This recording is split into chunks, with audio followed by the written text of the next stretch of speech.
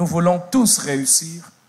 Dieu a placé en chacun de nous, en chaque être humain, le désir de réussir.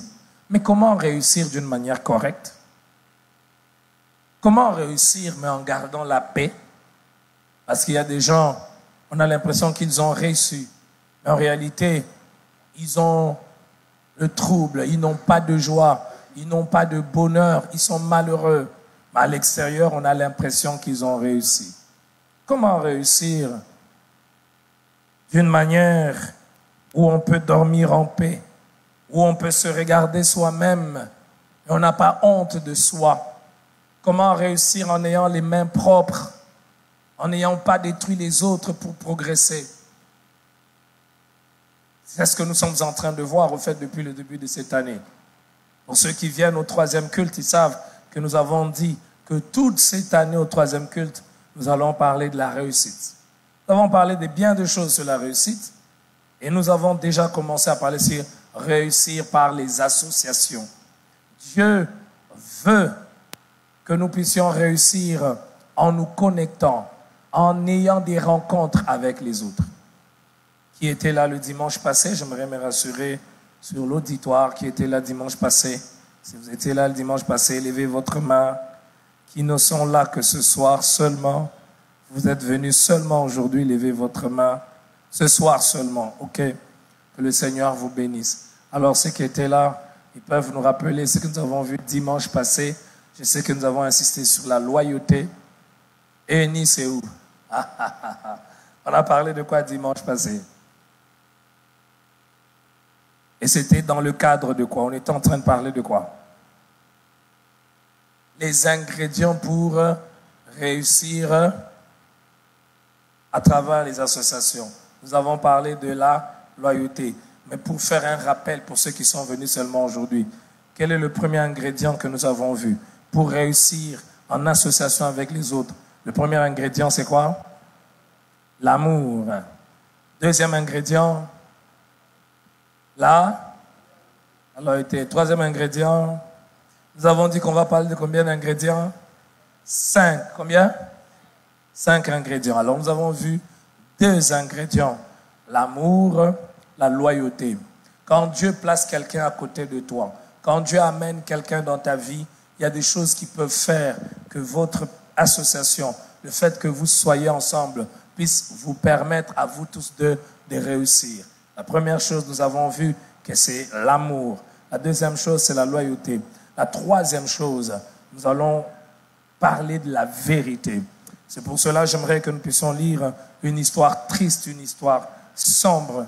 Lorsque, après ce séminaire que nous allons avoir au mois de juin, nous allons avoir un séminaire sur le Dieu qui utilise les hommes.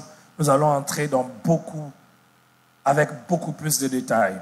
2 Samuel, chapitre 13, le verset 2. Nous allons lire quelques versets, ensuite nous allons sauter. Amnon était tourmenté jusqu'à se rendre malade à cause de Tamar, sa sœur, car elle était vierge. Et il paraissait difficile à Amnon de faire sur elle la moindre tentative. Amnon avait un ami nommé Jonadab. J'aimerais attirer votre attention qu'il avait un ami. On l'appelle ami. Ça dit quelqu'un qui vous aime, quelqu'un qui a des bons sentiments vis-à-vis de vous. Cet ami s'appelait Jonadab. Il était un homme très habile. Il lui dit, pourquoi deviens-tu ainsi chaque matin plus maigre, toi, fils du roi? Ne veux-tu pas me le dire? Amnon lui répondit, j'aime Tamar, sœur d'Absalom, mon frère. Jonadab lui dit, mets-toi au lit et fais les malades. Quand ton père viendra te voir, tu lui diras, permets à Tamar, ma sœur, de venir pour me donner à manger et qu'elle prépare un mets sous mes yeux, afin que je le voie et que je la prenne de ses mains. Nous allons sauter et nous allons lire à partir du verset 10. Alors Amnon dit à Tamar, apporte les mets dans la chambre et que je le mange de ta main. Tamar prit le gâteau qu'elle avait fait et les porta à Amnon, son frère, dans la chambre. Comme elle lui présentait à manger, il la saisit et lui dit, viens, couche avec moi, ma sœur. Elle lui répondit, non, mon frère, ne me déshonore pas, car on n'agit pas ainsi en Israël. Ne commets pas cette infamie.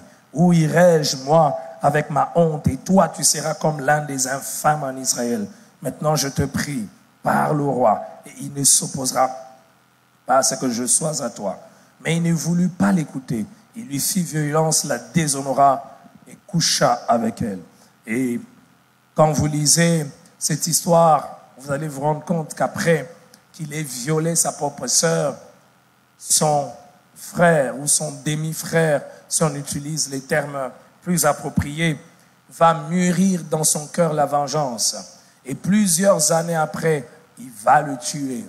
Et j'ai toujours été triste de découvrir que celui qui va aller annoncer à son frère, à son père, voulais-je dire, qu'Amnon est mort, c'est son ami, Jonadab. Et qu'est-ce qu'il a fait? Il a simplement donné un conseil, et ce conseil l'a conduit à la mort, et c'est lui qui porte la nouvelle de sa mort. Quel ami mauvais, quel ami dangereux, un ami que l'on n'aimerait pas avoir, Amnon, un ami que l'on n'aimerait pas rencontrer, un ami dont les conseils nous apportent à la mort, Jonadab, voulais-je dire. Son cousin, parce qu'ils étaient cousins, son cousin lui apprend qu'il a des sentiments, qu'il a des émotions, il éprouve, je ne dirais pas de l'amour, mais une attirance physique pour sa propre sœur. Et lui va l'encourager dans cette voie-là. Il n'a pas le courage de dire à son frère, ce n'est pas bien, ce n'est pas la bonne voie, ce n'est pas le bon chemin. Il va lui donner un conseil triste.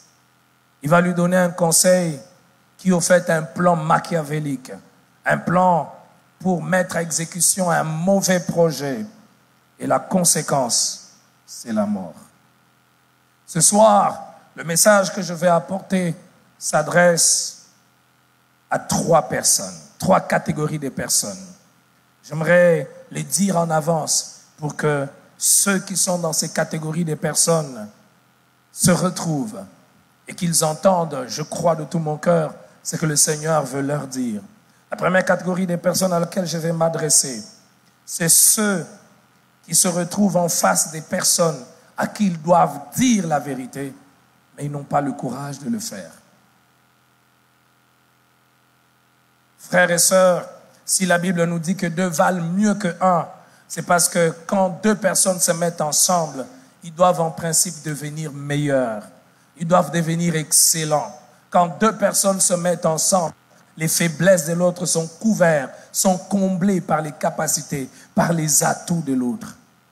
Si Dieu t'a placé à côté d'un frère, à côté d'un homme, peut-être simplement des amis, peut-être vous êtes mariés, vous allez vous marier, ou vous travaillez ensemble dans un département, dans une entreprise, soyez sûr que Dieu a un but. Dieu a un objectif. Dieu attend de vous quelque chose, que vous puissiez veiller sur votre frère, que vous puissiez veiller sur votre sœur, que vous puissiez veiller sur cet homme. Et l'une des meilleures façons de veiller sur ceux auprès de qui Dieu nous a placés, c'est d'être capable de vivre avec eux dans la vérité. De le dire, de leur dire la vérité. Quand bien même parfois, dire la vérité, cela n'arrange pas. Ce soir, nous allons pouvoir voir dans la suite des développements comment dire la vérité quand c'est difficile de la dire. Nous allons la voir en plusieurs points et je suis sûr que le Seigneur va parler au cœur de quelqu'un. Deuxième catégorie des personnes à qui je vais m'adresser, c'est des personnes à qui l'on est en train de dire la vérité, qui doivent la supporter, qui doivent accepter. Vous savez, c'est facile de dire certaines choses à certaines personnes. Mais ce n'est pas facile d'entendre qu'on puisse nous le dire à nous, ces choses-là. C'est facile d'être dans la position de celui qui conseille. C'est facile d'être dans la position de celui qui dit aux autres, celui qui dit à l'autre, ce que tu fais n'est pas bon. Ce n'est pas facile quand toi tu es dans la position où on doit te dire à toi que ce n'est pas bien ce que tu fais. Dans des circonstances comme ça, parfois la colère nous prend. Une colère qui n'est pas parfois justifiée. La colère simplement parce qu'on s'est dit, qui lui a donné le pouvoir de me parler comme ça? Parfois, on évite même ces personnes-là. On s'éloigne d'eux. Parce qu'ils nous ont dit la vérité. Parce qu'ils ont réuni le courage de dire le véritable problème et de nous montrer le bon chemin. Je m'arrête un instant pour dire, si seulement Jonadab avait dit à Amnon, mon frère, quel genre de sentiment tu as? Jonadab n'était pas obligé de dire à Amnon des choses qui allaient dans le sens de ses désirs. Il pouvait lui dire, frère, c'est pas correct. Sœur, c'est pas correct. Mais Jonadab a voulu faire plaisir à Amnon. Et il lui a encouragé. Non seulement qu'il n'a pas eu le courage de lui dire la vérité, mais il l'a encouragé. Et parfois dans nos vies, il y a des Jonadab. Si Dieu fait grâce, nous allons parler des associations dangereuses. Dimanche prochain le soir. Comment reconnaître des associations dangereuses? Les Jonadab, c'est des types de personnes, quand vous vous associez avec eux, ils vont vous dire des choses qui vous font plaisir, des choses qui vous font du bien, des choses qui vont vous détruire. Et vous finirez par regretter pourquoi je les ai écoutés. Aimons aussi les gens qui nous disent la vérité. Il y a certainement dans la vie de chacun de nous quelqu'un qui est en train de te dire la vérité maintenant. Et parfois la vérité, on n'aime pas l'entendre. On n'aime pas entendre la vérité quand on a son propre plan, quand on a son projet personnel, quand on a son ambition. On a déjà réfléchi, on a déjà délibéré, on a déjà décidé. On n'a pas envie d'entendre la vérité. Mais Dieu, parce qu'il nous aime, il place toujours autour de nous des personnes qui peuvent nous dire la vérité. Je nous en prie, écoutons-les. Écoutons ceux qui nous disent la vérité. Ne nous retirons pas d'eux. Ne nous éloignons pas d'eux. Peu importe comment ils la disent, parce que nous verrons que Dieu peut utiliser même ceux qui ne nous aiment pas pour nous dire la vérité. Quelqu'un a dit, ne ferme pas les oreilles à toutes les critiques. Derrière toutes les critiques, il y a toujours une petite chose qui est vraie. Tire ce qui est vrai, peu importe les motivations. Je suis un amoureux de l'art de prêcher, de l'art de parler en public. Et je suis tombé sur un livre qui parle d'un homme qui a influencé sa contrée par ses prédications. Alors il dit, chaque fois qu'il prêchait, au début, il a commencé à recevoir des lettres d'une femme de son église. Il n'y avait pas de WhatsApp, il n'y avait pas de Facebook. Mais il y avait une boîte à lettres de l'église. Quand il finit la prédication, pour la première fois, il voit une lettre tomber sur son bureau qui a été recueillie. Et dans la lettre, il y avait une femme qui lui avait écrit toutes les fautes qu'il avait faites en prêchant. Les fautes grammaticales, les fautes des formes. Au lieu de dire là, tu as dit le. Au lieu de dire ceci. Et quand il a lu la lettre pour la première fois, il était malheureux. Il s'est dit, cette femme, tout ce qu'elle a entendu de tout ce que j'ai prêché, c'est seulement ses erreurs. Et ceux qui ont acclamé, et ceux qui ont dit Amen, ils ont dit Amen à quoi alors? Et bizarre, cette femme, chaque semaine, elle lui écrivait.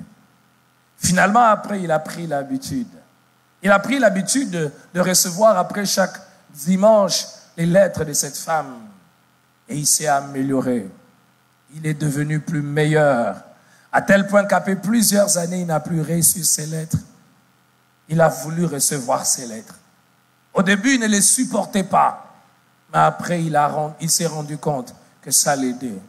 Que Dieu, je le prie ce soir, qu'il fasse qu'en sortant de ce lieu, que quelqu'un soit capable de supporter un homme, une femme qui va lui dire la vérité.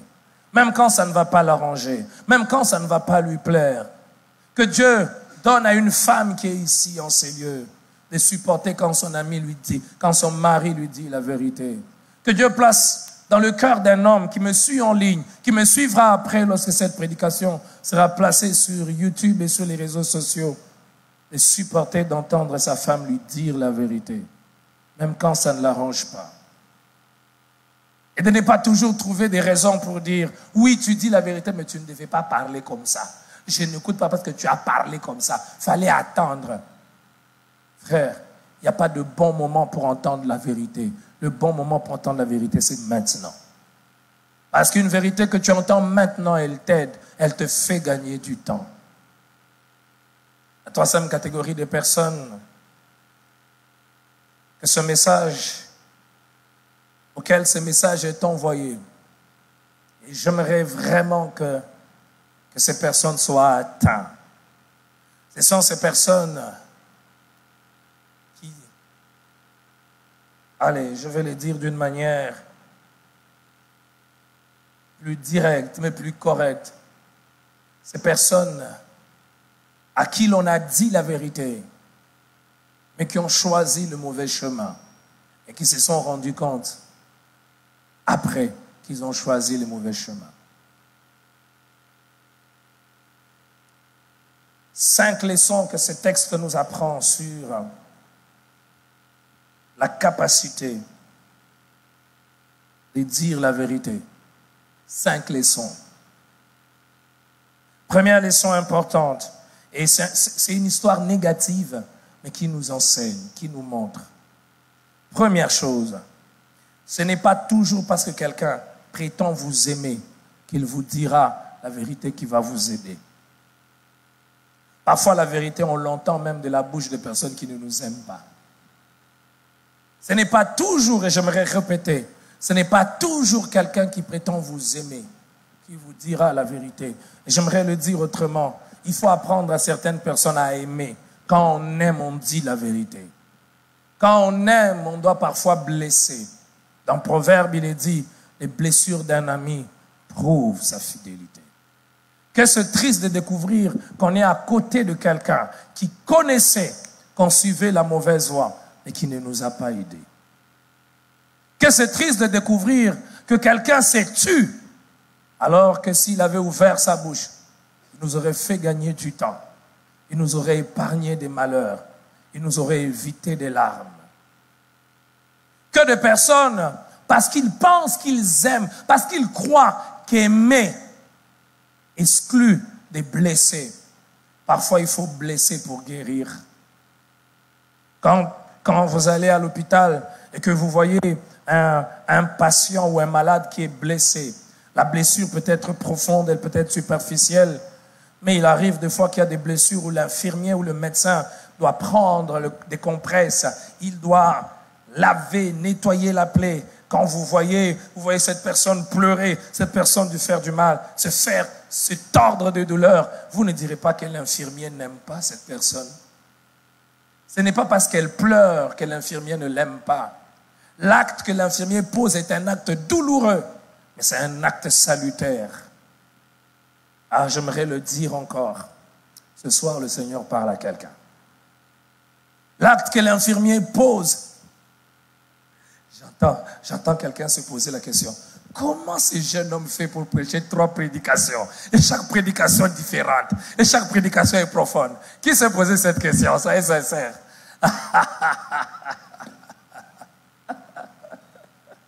Moi-même, je ne sais pas.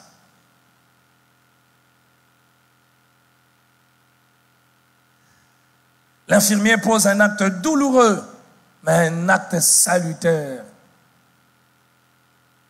Frère, apprenez à faire des choses qui font mal, mais qui vont aider. Apprenez à ne pas laisser le plaisir, mais qui va se transformer en pleurs. Et ça, parfois, les parents ne le font pas. Un parent qui prétend qu'il aime son enfant, il va laisser son enfant aller dans toutes les directions. Je reconnais que ce n'est pas facile d'être parent. Je suis parent depuis quelques années, 5 ans. J'ai découvert que ce n'est pas facile d'être parent. À un moment, tu sais que tu dois être dur. À un moment, tu sais que ce petit bout d'homme va pleurer. Et j'ai découvert que les bouts d'homme sont manipulateurs. Très manipulateurs. Il fait le mal et puis il pleure. L'un de mes enfants il provoque son voisin, l'enfant du voisin. Il lui jette la terre sous les cheveux. Et puis il rentre. Mais quand il rentre en pleurant comme si c'est lui qu'on a tapé. Et si tu n'es pas fort, tu vas te dire, on a tapé mon enfant. En réalité, on n'a pas tapé ton enfant. C'est ton enfant qui est manipulateur. Oh, chers parents qui entendez, qui vont suivre, qui vont entendre ce message, je vous en prie.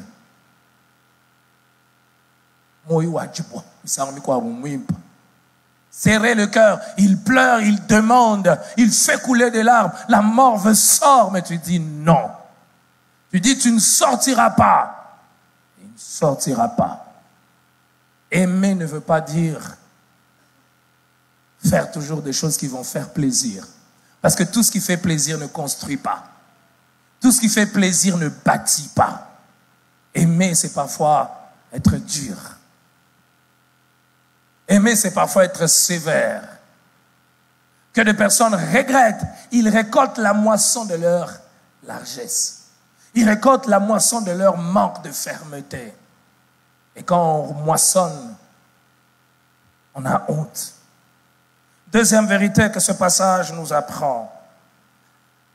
Peu importe qui vous donne les conseils, prenez le temps vous-même d'examiner. Prenez le temps d'examiner vous-même. Réfléchissez. Que dis-je? Réfléchissons aux conseils qu'on nous donne. Quel conseil tu entends? Ce passage nous montre que Amnon se sent bien d'entendre le conseil de Jonadab. Mais Amnon ne s'arrête pas pour réfléchir. Où est-ce que ça va me mener? Vous savez, il y a des gens qui sont comme des catalyseurs. Vous commencez déjà, vous avez dans votre cœur le désir d'aller vers des mauvaises choses. Mais vous ne savez pas comment aller vers ces mauvaises choses. Eux, ils viennent rendre facile le mal que vous voulez faire. Il y a des gens comme ça. Ils ont la facilité de vous faciliter la tâche pour faire du mal. Et j'ai envie de prier ce soir pour quelqu'un. Seigneur, place autour de nous des gens qui vont faire que ça soit difficile de faire le mal. C'est-à-dire, vous savez, il y a des gens, tu as déjà le plan de faire le mal, mais tu as l'impression qu'ils t'envoient, ils te bloquent, tu dis, je vais aller là-bas. Mais il me suit comme ça, pourquoi? Dieu l'a placé comme un garde-fou pour que tu ne prennes pas cette mauvaise voie. Examinons, frère. Amnon, tu peux t'arrêter, tu peux examiner. Qu'est-ce qui te prend, Amnon? Qu'est-ce qui te prend? Quel est ce conseil qui peut te pousser à coucher avec ta propre sœur? As-tu pensé aux conséquences, Amnon? Penses-tu aux résultats? Penses-tu à ta famille, à la honte, à l'opprobre qui va couvrir ta famille? Penses-tu à toi-même? C'est vrai que tu sens ce désir, c'est vrai que tu es dérangé, c'est déjà mal, mais tu n'es pas encore passé à l'action. Tu peux t'arrêter. Ça ne restera que dans ton cœur. Troisième vérité, que cela nous enseigne sur la capacité de dire la vérité. Et nous allons en parler avec plus de détails dimanche prochain en parlant des associations toxiques, des associations dangereuses. Ce n'est pas à tout qu'il faut avouer les faiblesses que l'on a. Ce n'est pas à tout le monde qu'il faut avouer ses faiblesses. Quand quelqu'un a un cœur tordu, un cœur perverti, quand tu lui avoues tes faiblesses, il va te dire, ce n'est pas un problème. Tout le monde a aussi ce genre de sentiments. Tu penses que tu es le seul? Que de fois, toi-même, tu as honte d'ouvrir la bouche, de dire, regarde, ces derniers temps, quand je regarde les sœurs, mon cœur n'est pas bon. J'ai des idées qui ne sont pas bien. Ces derniers temps, quand l'argent passe dans mes mains, j'ai toujours envie de prendre. Quand toi tu le dis, j'ai toujours envie de prendre. Parce que ça t'aide, j'ai dit, ah, mukutakana, mburuewa, kwenu manya njufu mulanda.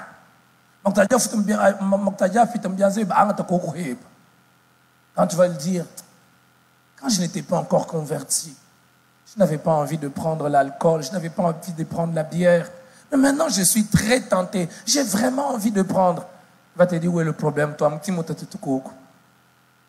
En Timothée, il y en a quand même. Est-ce que c'est un péché?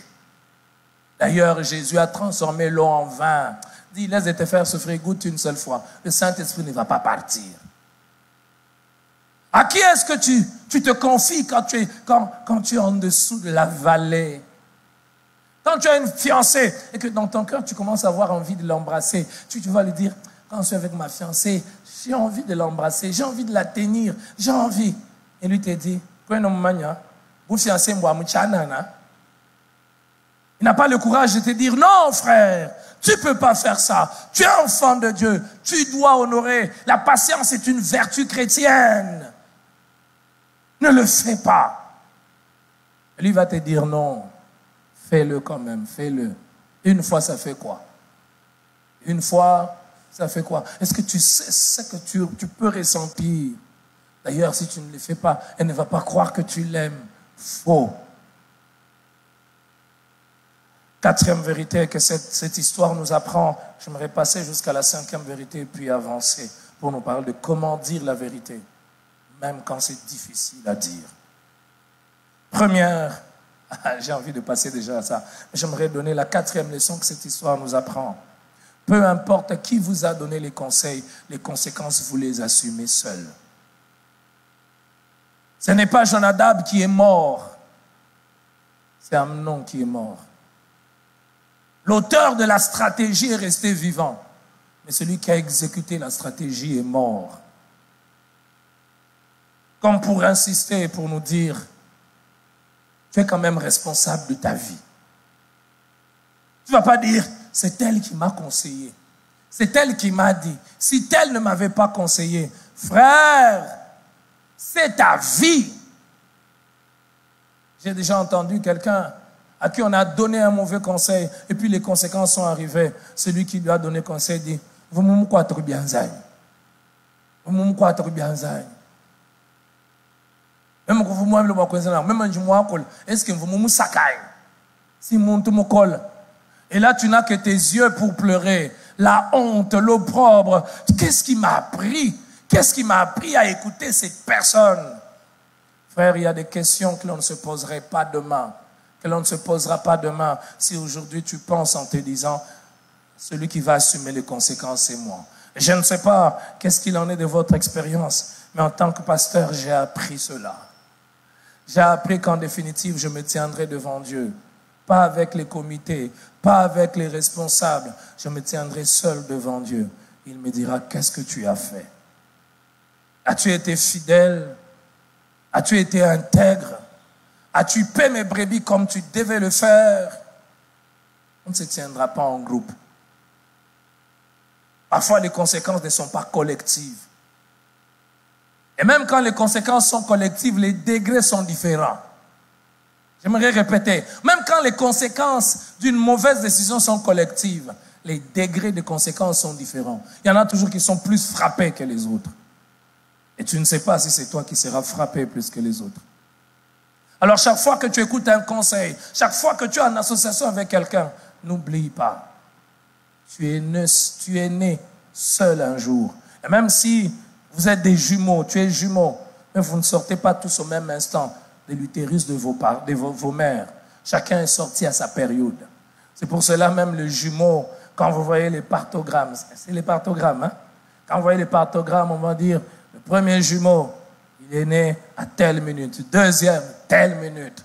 Même les vrais jumeaux ne viennent pas sur la terre au même moment. Et même si vous êtes venus sur la terre le même jour, vous ne quittez pas sur la terre le même jour. Même s'il arrive que vous quittez de la terre le même jour, devant Dieu, ça sera chacun seul. Les conséquences, tu les porteras seul.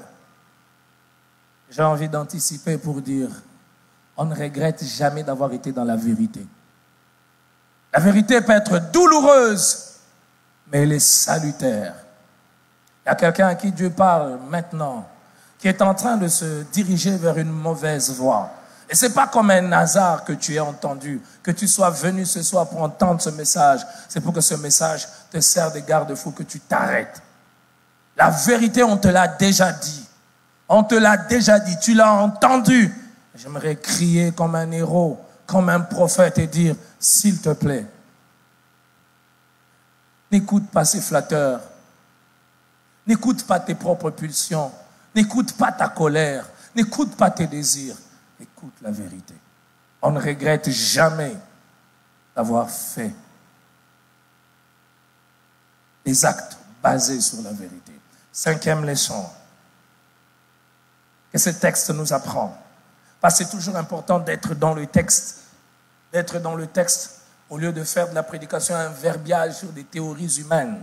C'est important d'être dans le texte. Ce passage nous apprend que lorsqu'on met de côté la vérité, la mort est toujours la conséquence. Cela est vrai dans notre relation avec Dieu. Oh homme, tu es là. Tu connais la vérité. Tu sais que cette voie n'est pas bonne. Tu sais par exemple que prendre de l'alcool, c'est pas bon. Ça va détruire ton foie, ça va détruire ton poumon. Si ça ne détruit pas tes poumons, ça va te prendre tout l'argent que tu as. Le peu d'argent que tu gagnes, tu vas aller les mettre dans l'alcool. Ça ne te produit rien. Tu penses noyer tes soucis. Tu sais la vérité. Si tu mets la vérité de côté, la mort viendra. Elle viendra certainement. Et quand elle viendra, tout ce qu'on peut essayer de faire pour toi, parfois, la situation devient irréversible. Tu connais la vérité, tu es marié, ne touche pas à une autre femme. Contente-toi de ta femme. Elle peut avoir ses défauts, elle peut avoir ses imperfections, son physique, son corps peut avoir changé, mais c'est ta femme. Tu l'as choisie. Tu n'as pas le droit d'aller vers une autre femme. Mais là, dans ton cœur maintenant, il y a ce désir d'aller vers d'autres femmes. Tu as même déjà commencé des conversations. Au début, elle a commencé à résister. Tu as l'impression qu'elle est en train d'accepter. Et tu penses que tu es meilleur. Tu penses que tu es super. Tu connais la vérité. Chaque fois qu'on met la vérité de côté, la mort et la moisson, la mort et la récolte. Frère, as-tu mis la vérité de côté? Sœur, entends-tu la vérité? Et tu fais sourde oreille. Peut-être que tu as fait sourde oreille pendant 1 mois, tu as fait sourde oreille pendant 5 ans, je ne sais pas. Mais ce soir encore, le Seigneur veut que tu entendes. C'est pas correct pour toi qui es marié, homme ou femme. Cette relation n'est pas bonne, elle n'est pas bonne, elle n'est pas bonne. S'il te plaît, arrête-toi. Arrête-toi. Ne fais pas semblant. Ne fais pas semblant d'être là ce soir, de lever tes mains, de prier, de chanter. Toutes ces choses peuvent devenir un théâtre vide, un théâtre creux, sans vie. Tu entends la vérité de l'évangile qui t'appelle, le Seigneur qui t'appelle à lui, pour que tu lui donnes ton cœur, que tu lui donnes ta vie. Tu entends cette vérité, tu l'entends à la radio, sur Internet, malgré qu'il y a toute cette perversion sur Internet, la pornographie à un clic. Mais dans tous ces brouhahas que le monde nous offre comme perversion, il y a toujours des gens sur les réseaux sociaux qui parlent de Jésus. Tu entends. Qu'est-ce que tu en fais? Tu tournes le dos à la vérité? Sache que si tu tournes le dos à la vérité, tu embrasses la mort. C'est pour cela, quand Dieu vous charge de dire la vérité à un homme, quand Dieu vous charge de dire la vérité à une femme, je vous en prie, dites la vérité. Ne taisez pas la vérité. Parce que chaque fois que tu tais la vérité, tu laisses quelqu'un aller vers la mort. C'est pour cela que nous devons avoir de l'empressement pour annoncer l'évangile. Cet évangile que nous annonçons, c'est la vérité dont le monde a besoin. Yes. Le monde a besoin d'entendre cette vérité. Et nous devons utiliser les moyens que Dieu nous donne, frères. Tous les moyens que Dieu nous donne. Tous les moyens que Dieu nous donne, nous devons les utiliser. Et particulièrement quand nous sommes une église, nous devons utiliser les moyens que Dieu donne à l'église pour annoncer la vérité. Parce que la vie ou la mort de certaines personnes sont en jeu. Et quand quelqu'un vient te demander conseil, parfois tu sais ce qu'il faut lui dire. Et tu te poses la question, est-ce que si je lui dis ça, il va m'aimer encore? Est-ce que si je lui dis ça, il va encore me supporter? Est-ce que si je lui dis encore ça, il va m'aimer encore. On a tendance à m'adouer. On a tendance à changer les paroles. Et n'oublie pas que quand tu changes la parole, quand tu changes la vérité que tu dois dire, tu vas laisser quelqu'un aller vers la mort. Alors, la question que l'on doit se poser, comment dire la vérité, même quand c'est difficile? J'aimerais que nous puissions lire dans les livres de 1 Roi. Ce texte, il est un texte formidable. Un texte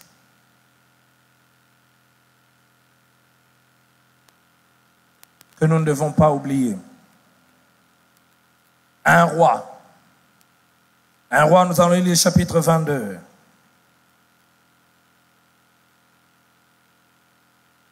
1 Roi, le chapitre 22. Nous allons lire à partir du verset 12. On nous parle du prophète Michée. À cette époque, dans la cour du roi, il y avait beaucoup de prophètes. Et tous les prophètes vont dire au roi ce que le roi voulait entendre. Mais Michée se retrouve dans une situation où il doit dire au roi ce qu'il ne voulait pas entendre. Je vais lire à partir du verset 12. Et tous les prophètes prophétisaient de même en disant, monte à Ramoth en Galade, tu auras du succès. Et l'Éternel la livrera entre mes mains. Que de fois nous aimons entendre certaines choses. Ça n'a pas commencé aujourd'hui. Je suis sûr que quelqu'un est venu ce soir avec l'idée d'entendre un autre type de prédication. Verset 13, le messager qui était allé appeler Michée lui parla ainsi. On va appeler Michée, mais on l'influence déjà. On veut lui dire, écoutez ce qu'on dit à Michée. Voici les prophètes d'un commun accord prophétisent du bien au roi. Que ta parole soit donc comme la parole de chacun d'eux. Annonce du bien. Ça ressemble un peu à ce que nous vivons dans nos églises aujourd'hui. Vous entendez des gens dire, il faut qu'on nous prêche comme ça. Si on nous prêche comme ça, qu'on nous prêche comment? Au nom de Jésus, vous aurez des visas. Au nom de Jésus, vous aurez des mariages. Qui va recevoir son mariage aujourd'hui, ce soir? Au nom de Jésus, la gloire de Dieu va descendre sur toi. Ah, on nous a prêché aujourd'hui. Michée reçoit un envoyé et l'envoyé va l'influencer. J'aimerais dire à toutes les personnes qui se retrouvent dans une situation, ils doivent dire la vérité à quelqu'un. La vérité n'est pas populaire. Elle n'est toujours pas populaire. J'aimerais le répéter. La vérité n'est pas populaire. Elle n'est pas populaire.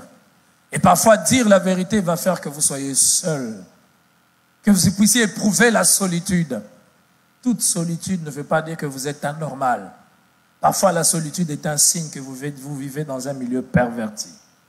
Que des fois, il y a des personnes qui se posent la question, pourquoi tout le monde est d'accord avec ça et je suis le seul à ne pas être d'accord? On va même vous dire, tu veux nous montrer quoi? C'est comme ça que ça se passe. C'est ça le système ici. Tu penses que c'est toi qui es plus saint? D'ailleurs, on va même te montrer, comme on a montré à Michée, on lui a dit, tous les autres prophètes, d'un commun accord, ils ont prophétisé du bien. Va dire du bien. Michée répondit, verset 14, l'Éternel est vivant. J'annoncerai ce que l'Éternel me dira. Seigneur, donne-nous le courage de dire la vérité à nos amis, à nos épouses, à nos collaborateurs. Donne-nous le courage de dire la vérité. Donne-nous le courage de dire la vérité à nos chefs, en tenant compte de leur rang, mais on leur dit quand même la vérité. Donne-nous le courage de dire la vérité à ceux qui sont inférieurs à nous, sans les mépriser, mais leur dire quand même la vérité. Lorsqu'il fut arrivé auprès du roi, le verset 15, le roi lui dit, Michée, irons-nous attaquer Ramoth en Galade ou devons-nous y renoncer? Il lui répondit, monte, tu auras du succès. Et l'Éternel la livrera entre les mains du roi. Et là, Michée parle d'une manière ironique. Le roi sent qu'il parle d'une manière ironique. Il lui sert le plat qu'il veut manger. Le verset 16, et le roi lui dit, combien de fois me faudra-t-il te faire jurer de ne me dire que la vérité au nom de l'Éternel? Il sent que là, ce n'est pas la vérité.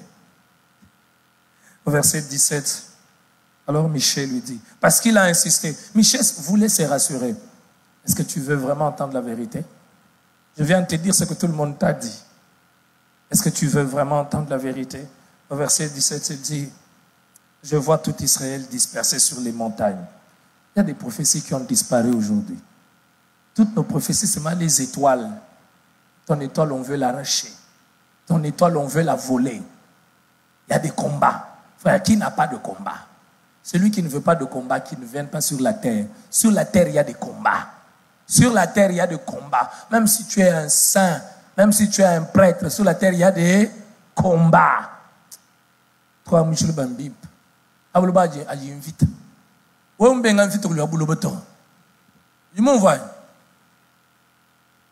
Tu me dis mon photo, moi, ben Aboulouba, il invite. Où on m'a mis les nids qui me voient chez moi. Il me choque. Aboulouba, il dit chez moi. Où je me ben invité, il chez moi.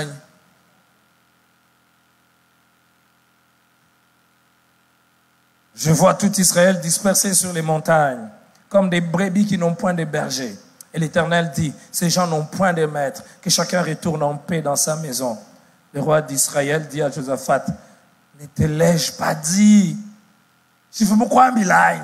Ne te l'ai-je pas dit? Il ne prophétise sur moi rien de bon. Il ne prophétise que du mal. La préoccupation d'un véritable prophète, ce n'est pas comment les gens vont prendre sa prophétie. La véritable prophétisation d'un prophète, c'est de dire ce que Dieu lui a demandé de dire. J'aimerais le répéter. La véritable préoccupation d'un prophète. Et ici, quand je parle de prophète, je ne parle pas que de celui qui prédit. Je parle aussi de celui qui annonce la vérité de Dieu. Toute personne qui annonce la vérité de Dieu est un prophète. Le problème n'est pas comment les gens vont réagir à la vérité que tu dis. L'essentiel, c'est que tu aies la paix avec celui qui t'a envoyé. Que tu sois capable de dire, Seigneur, j'ai libéré le message. Je peux rentrer en paix. Parce que quand Dieu vous met un message, c'est comme un fardeau. Vous n'êtes en paix que quand vous l'avez libéré. Je t'en prie. Ce fardeau que Dieu a déposé dans ton cœur pour dire à ton mari, même s'il y a quelques minutes, je te dirai comment dire la vérité à quelqu'un quand c'est difficile. Applique ce que je veux te dire ce soir, mais après, dis-lui quand même la vérité. Tu as trop attendu. Tu as trop attendu de lui dire la vérité. Tu sais que cet ami ne va pas bien. Cet ami va loin. Il va trop près de la frontière. Il risque de se brûler. Il risque de se détruire. Tu as trop attendu. Dis-le lui quand même. Il peut réagir comme Joseph. Il peut réagir comme le roi d'Israël. Ne te l'ai-je pas dit? Il ne prophétise sur moi rien de bon. Il ne prophétise que du mal. Aujourd'hui, nous avons une génération de prédicateurs qui se préoccupent plus de comment les gens ont reçu le message et pas de comment Dieu a considéré le message qu'ils ont apporté. Comment les gens ont trouvé. Comment Dieu a trouvé. Ce sont ces gens qui t'ont appelé? Eh bien non. C'est Dieu qui t'a appelé. Qui te paye? Ce n'est pas ces gens. C'est Dieu. C'est dans la mesure où tu es fidèle à Dieu. Le message de ce soir, il est particulier. Je le sens dans mon cœur, je le sens dans mon esprit. Et je suis sûr que quelqu'un entend Dieu lui parler ce soir.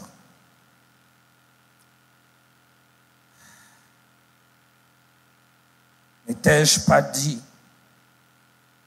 Ne t'ai-je pas dit? Ne t'ai-je pas dit qu'il ne prophétise que du mal sur moi?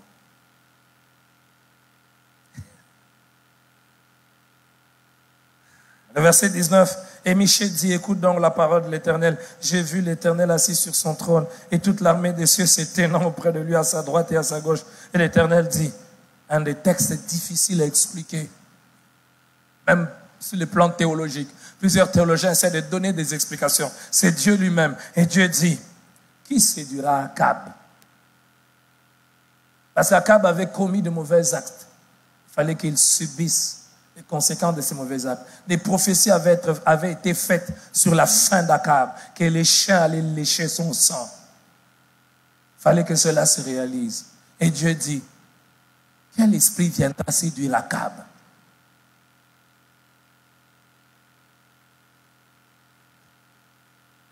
Et l'Éternel dit, qui séduira Akab pour qu'il monte à Ramoth en Galade et qu'il y périsse? Ils répondirent l'un d'une manière l'autre d'une manière. Et un esprit vint se présenter devant l'Éternel. Je vous assure que beaucoup de théologiens ont difficile à expliquer ce passage. Même moi. Et un esprit se présenta devant l'Éternel et dit, moi je les séduirai. Et l'Éternel lui dit, comment? Je sortirai, répondit-il, je serai un esprit de mensonge dans la bouche de ses prophètes. Celui qu'on doit séduire, c'est qui? Akab. Mais pour attendre Akab, il y a des gens qu'Akab écoute. Frère, il y a des paroles qui sortent de la bouche des autres. Tu as l'impression que les problèmes, c'est eux. Non, les problèmes, c'est toi. Il y a quelque chose qui est derrière les paroles qui est dans leur bouche. Si tu ne sais pas, c'est toi l'objectif. L'esprit a séduit qui? L'esprit a saisi qui? Les prophètes. Mais la finalité, c'est qui? Akab. Et l'Éternel dit, tu les séduiras et tu en reviendras à bout. Sors et fais ainsi. Et quand vous lisez la suite, le verset 24, alors Sédécias, fils de Kenana, s'étant approché, frappa Michée sous la joue et dit, par où l'Esprit de l'Éternel est sorti de moi pour te parler? Il se fait propriétaire de l'Esprit de Dieu. Comment l'Esprit est sorti de moi pour te parler? Sédécias était l'un des prophètes. Sédécias, fils de Kenana, était un des prophètes qui avait dit, et quand vous étudiez l'histoire, ils étaient nombreux, très nombreux, le prophète qui avait parlé, très nombreux. Il lui dit, par où l'Esprit est sorti de moi? Quand vous direz la vérité, on ne vous acclamera pas toujours. Parfois, en disant la vérité, une porte se ferme. Nous aimons que les portes s'ouvrent, mais dire la vérité vous fermera des portes. Dire la vérité vous fera souffrir. Mais vaut mieux souffrir en ayant dit la vérité à quelqu'un que rester en paix en voyant quelqu'un périr et n'avoir pas eu le courage de dire la vérité. Vaut mieux que cet ami ne te salue pas, mais que tu lui aies dit la vérité, plutôt que tu t'étais et puis tu le vois après cet ami être engrossé. La honte d'une grossesse inattendue, pas préparée, un mariage qui va se faire à la va-vite parce qu'il y a déjà une grossesse, pas basé sur l'amour. On doit préserver la réputation, l'honneur de nos familles. Beaucoup de choses à dire sur ce passage. Parce qu'après, il va faire même la prison. Mais j'aime ce qu'il lui dit. J'aime ce qu'il lui dit. J'aime ce qu'il lui dit. Et si tu rentres, le verset 26, et Michée dit, si tu reviens en paix, l'Éternel n'a point parlé par moi. Il dit encore, vous tous peuples, entendez. Quel courage. Il y a un courage qui vient quand on sait qu'on dit la vérité. Ceux qui sont dans le mensonge n'ont pas le courage. Si tu reviens en paix, alors l'Éternel n'a pas parlé par moi. 5 choses à faire pour dire la vérité à quelqu'un quand c'est difficile. J'aimerais les dire.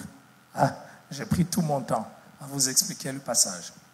Première chose qu'il faut faire pour dire la vérité à quelqu'un, même quand il n'a pas envie de l'entendre. Priez Dieu de vous donner la force de dire la vérité. Pour dire la vérité, il faut du courage. Et ce n'est parfois pas facile. Il y a des choses qu'on n'aimerait pas dire aux gens. La Bible nous parle de Jérémie qui, à un moment, il a envie d'arrêter. Vous savez, il y a certains prophètes dans la Bible, on dirait comme si c'était des prophètes des malheurs. Ils n'annoncent, comme Michée, ils n'annoncent rien de bon. Et le roi même dit, Akab dit, je t'avais dit, il ne me dit rien de bon. Parfois, ça vous travaille vous-même. Dieu peut parfois vous donner une mission difficile. Dire à quelqu'un ce qu'il n'a pas envie d'entendre. Priez, demandez à Dieu qu'il vous donne le courage. Je l'avoue, même moi en tant que pasteur, dire la vérité n'est toujours pas facile. Mais peu importe, c'est ce qu'il faut faire. Tu dois dire la vérité quand ce n'est pas facile. Prie. Je ne te demande pas de prier pendant 2 heures, pendant 3 heures, même pendant 1 minute. Prie. Dis à Dieu, Seigneur, je ne sais pas comment lui dire, mais je sais que je dois lui dire, aide-moi. Deuxième chose qu'il faut faire, prie pour cette personne-là. Prie pour son cœur, Prie pour son cœur. Parce que tu pries aussi pour que la vérité trouve une place dans son cœur. C'est pas seulement un plaisir d'annoncer, de dire la vérité à quelqu'un, et puis tu te dis, je lui ai dit la vérité, c'est fini. Tu pries pour dire, Seigneur, que cette vérité trouve une place dans son cœur. Qu'il ne l'entende pas seulement, et puis qu'il fasse semblant. Et je vais dire, j'ai fait ma mission. Seigneur, j'aimerais lui dire la vérité, mais que cette vérité touche ton cœur, son cœur. Est-ce que tu pries pour les personnes à qui tu dois dire la vérité? Peut-être c'est ton fiancé. Tu dois lui dire ce que nous faisons n'est pas bon. Mais vous avez tellement fait ça que tu te poses la question comment il va prendre. Tu réfléchis même. Tu sais que c'est la vérité, mais tu dois réfléchir pour lui dire. Que de fois c'est triste. Et c'est vrai que ça nous arrive. Hein? Tu sais que c'est la vérité, mais tu dois réfléchir pour lui dire la vérité. Prie pour son cœur. Prie. C'est ce que le prédicateur doit faire. C'est ce que tout prédicateur doit faire quand il monte du haut de la chair et qu'il prêche. Il prie pour le cœur. Seigneur, je vais annoncer la vérité. Mais toucher le cœur, c'est toi qui le fais. Et je t'en prie, touche le cœur des personnes qui vont entendre cette vérité. Je te prie. Et plusieurs fois, je me retrouve en train de prier ainsi. Je n'aimerais pas, Seigneur, qu'ils puissent rentrer comme ils sont venus. Je ne vais pas leur servir des émotions. J'aimerais que ta parole touche. J'aimerais que ta parole touche. Que ta parole convainque. Prie pour cet ami. Prie pour cet homme. Prie pour lui. Parce que sachez-le, il y a des forteresses qui travaillent pour maintenir les gens dans les ténèbres. Quand parfois on veut détruire quelqu'un, quand il y a des forces spirituelles qui agissent pour quelqu'un, pour que quelqu'un sa vie, pour que la vie de quelqu'un se détruise, on travaille pour le maintenir dans les ténèbres. Ne l'oubliez pas, frère. Ah, voilà les vrais combats dont il faut parler aux gens. Il y a des personnes, il y a des forteresses, il y a des laboratoires spirituels qui ont travaillé pour qu'ils ne voient pas la vérité. Et même quand on lui dit la vérité, il ne l'entend pas. Il a comme un aveuglement. On lui montre noir sur blanc que cette voix, elle est mauvaise. Mais il est comme aveuglé. Il est comme entêté. La Bible nous parle d'un voyant. Son âne va lui parler, mais il va quand même continuer. Vous connaissez cette personne? Il s'appelait comment? Balaam. Le voyant. L'âne va lui parler. Dieu utilise même des méthodes non conventionnelles. Il utilise même un animal. Et c'est intéressant d'étudier la Bible quand Dieu a parlé par les bêtes. Vous serez content que je fasse une prédication quand Dieu a parlé par les bêtes. Mais Dieu a même parlé par un animal à celui qui s'appelle voyant. Mais il ne s'est pas arrêté. Et vous savez comment il est mort? Il est mort sur un champ de bataille. Lui, le voyant. Je vous en prie, priez. Même quand l'animal a parlé, il n'entendait plus. Il était dirigé par l'argent qu'il gagnait, par les biens qu'il allait gagner. Vous voulez dire la vérité à quelqu'un? Priez pour lui. Troisième chose qu'il faut faire, quand vous devez dire la vérité à quelqu'un, après avoir prié pour le courage, priez pour le cœur de la personne, choisissez des mots appropriés pour lui dire la vérité. Dites-lui la vérité d'une manière respectueuse, mais dites quand même la vérité. Il y a des gens qui disent la vérité d'une manière crue, blessante. Non, dites la vérité sans diminuer la personne, sans mépriser la personne. Parlez des actes, ne parlez pas de la personne. Parlez des actes, parlez du comportement, mais parlez pas de la personne. Quand tu commences à dire, tu es mauvais, c'est vrai qu'il y a des fois dans la Bible où les prophètes ont dit, race de vipères. Jésus lui-même l'a dit, race de vipères. Mais d'une manière générale, je vous en prie, choisissez bien les mots, mais ne réduisez pas la vérité. On va dire, ce que tu fais n'est pas mal, mais non, dites la vérité. Ne vous attaquez pas à la personne, mais pointez-lui ses actes. Ça, ce n'est pas bien. Ça, ce n'est pas correct. Non, tu n'es pas correct, c'est différent. C'est différent de dire à quelqu'un, tu n'es pas correct, et de lui dire, ce que tu fais n'est pas correct. C'est deux choses différentes. Quand tu dis à quelqu'un, ce que tu n'es pas correct, il se sent visé dans sa personne. Mais quand tu dis à la personne ce que tu fais n'est pas correct, il comprend qu'il s'agit de ses actes. Quatrième chose qu'il faut faire quand il faut dire la vérité à une personne d'une manière, quand ce n'est pas facile de lui dire la vérité, mais qu'il faut lui dire, attendez-vous à toutes sortes de réactions. Soyez préparés. Il peut accepter, il peut refuser. Certaines personnes peuvent même être violentes. Certaines personnes même que vous savez, vous les connaissez, qui sont doux, qui sont gentils, peuvent devenir même verbalement agressifs. Vous agressent par des paroles. Attendez-vous. Mais quand la personne réagit, gardez votre calme.